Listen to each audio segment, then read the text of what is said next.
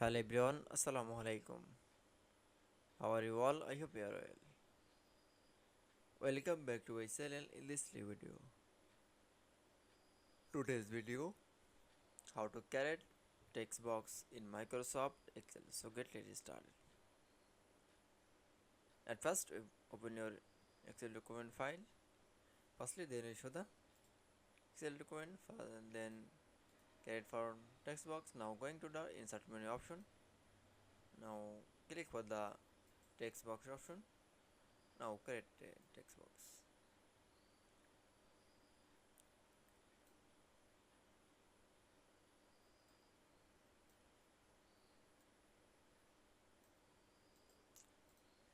This text box is the background color from add. Now click for the format menu option.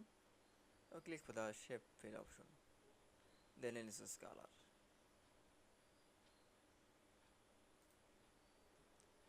Now text box from line from the right from text.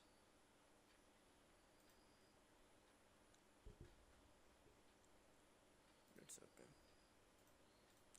Then you show the caret text box, and from the right from the text box is Microsoft Excel.